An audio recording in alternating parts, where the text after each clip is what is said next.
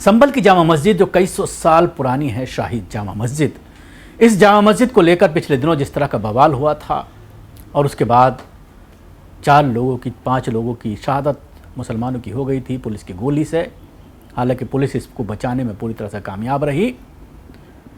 वो अलग बात है कि इस पूरे मामले में इंक्वायरी तक हुई, लेकिन कोई उसका नतीजा सामने नहीं आ पाया। जब इस मामले के सर्वे का ऑर्डर दिया गया था तो उस वक्त जो निचली अदालत के जो जज साहिब थे उनके ऊपर तरह तरह के सवालात खड़े हुए थे। लेकिन अब जज के इस फैसले पर उत्तर प्रदेश हाई कोर्ट ने मोहर लगा दी है और हाई कोर्ट ने अपने ऑर्डर में ये कहा है कि सर्वे कराने में कोई हर्ज नहीं होना चाहिए, नमाज पर किसी तरह की पाबंदी नहीं है। अब बल्कि नमाज नहीं कहा जा रहा है क्योंकि हिंदूवादी संगठनों का जो है वो ऑब्जेक्शन के बाद पूजा कही जा रही है, पूजा पढ़ती की बात कही जा रही है, पूजा का इस्तेमाल किया जा रहा है वर्ड का, नमाज का वर्ड इस्तेमाल करना या उसको मस्जिद कहना, इस पर भी हिंदूवादी संगठनों को आपत्ति है।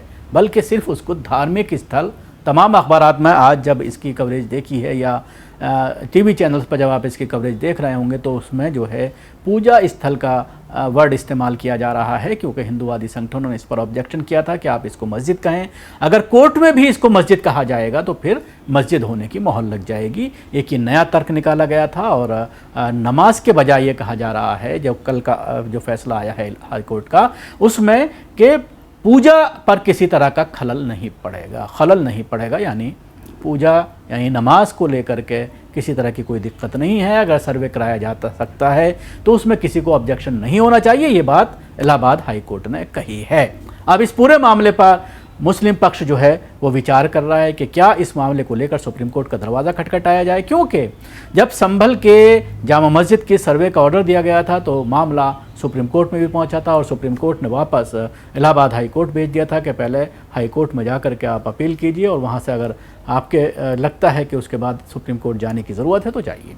तो इस मामले में इलाहाबाद हाई कोर्ट के आदेश के बाद संभल में डीएम एंड एसपी ने फ्लैग मार्च निकाला है। जब ये ऑर्डर आया है तो बार बार जिस तरह के यहाँ के एसपी और आला अधिकारी पुलिस के लगातार फ्लैग मार्च करके जो है वो हालात को देखते हैं, हालात का जायज़ा लेते हैं। तो कल का ऑर्डर आने के बाद पुलिस के आला अधिकारियों ने फ्लैग मार्च निकाला और इस पूरे मामले को लेकर संभल की जामा मस्जिद के सर्वे को लेकर जिला अदालत में चल रही सुनवाई से अब रोक हट गई है, रोक लगा दी गई थी और मुस्लिम पक्ष की याचिका खारिज कर दी। यानी अब सर्वे की सुनवाई आगे बढ़ेगी। सर्वे एक बार हो चुका है।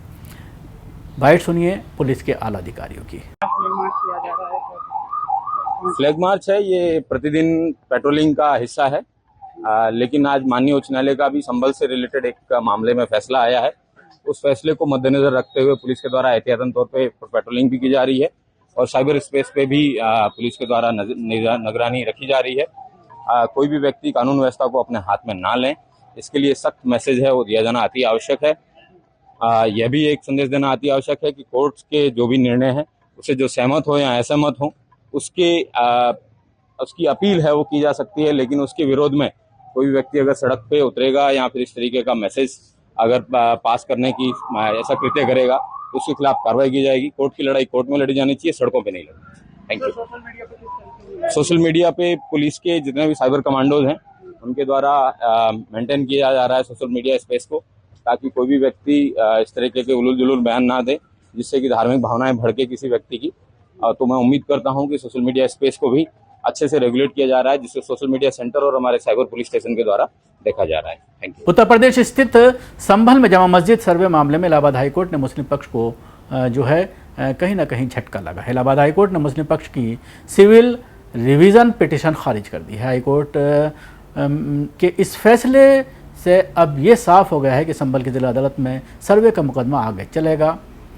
जस्टिस रोहित रंजन अग्रवाल की सिंगल बेंच ने मुस्लिम पक्ष की दलीलें नामंजूर करते हुए फैसला सुनाया है।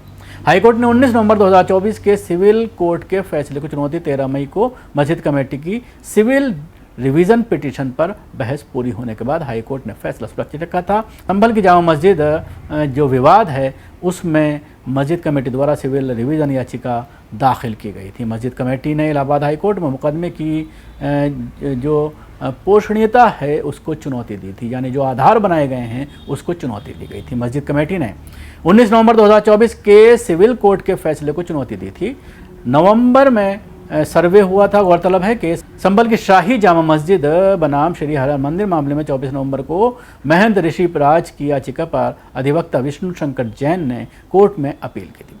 सिविल कोर्ट के बाद मस्जिद बनाम मंदिर मामला हाई कोर्ट पहुंचा था। बता दें कि बीते साल नवंबर में मस्जिद का सर्वे हुआ था, जिसमें मस्जिद कमेटी ने जिस सर्वे को लेकर के कुछ अफवाह फैली थी और उसके बाद सर्वे के बाद अफरा तफरी मच गई थी और रिपोर्ट्स के मुतालिक स्थानीय अदालत में कोर्ट कमिश्नर की अगुवाई में रिपोर्ट जमा कर दी गई थी।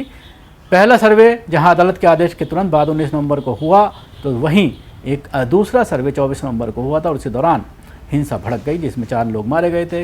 हिंसा के मामले में अब तक 70 से ज़्यादा लोग गिरफ्तार हो चुके हैं, जिनको अभी तक जमानत नहीं मिली है। तो आपने देखा कि अब ये मामला और ज़्यादा पेचीदा हो सकता है, क्योंकि हाई कोर्ट की जो सिंगल बेंच ने जो फैसला दिया है वो कहीं ना कहीं मुसलमानों के खिलाफ है और कई सौ साल पुरानी पर अचानक जो दावा ठोका गया है मंदिर होने का, उसको कहीं ना कहीं एक बल मिल रहा है इस तरह के फैसलों से।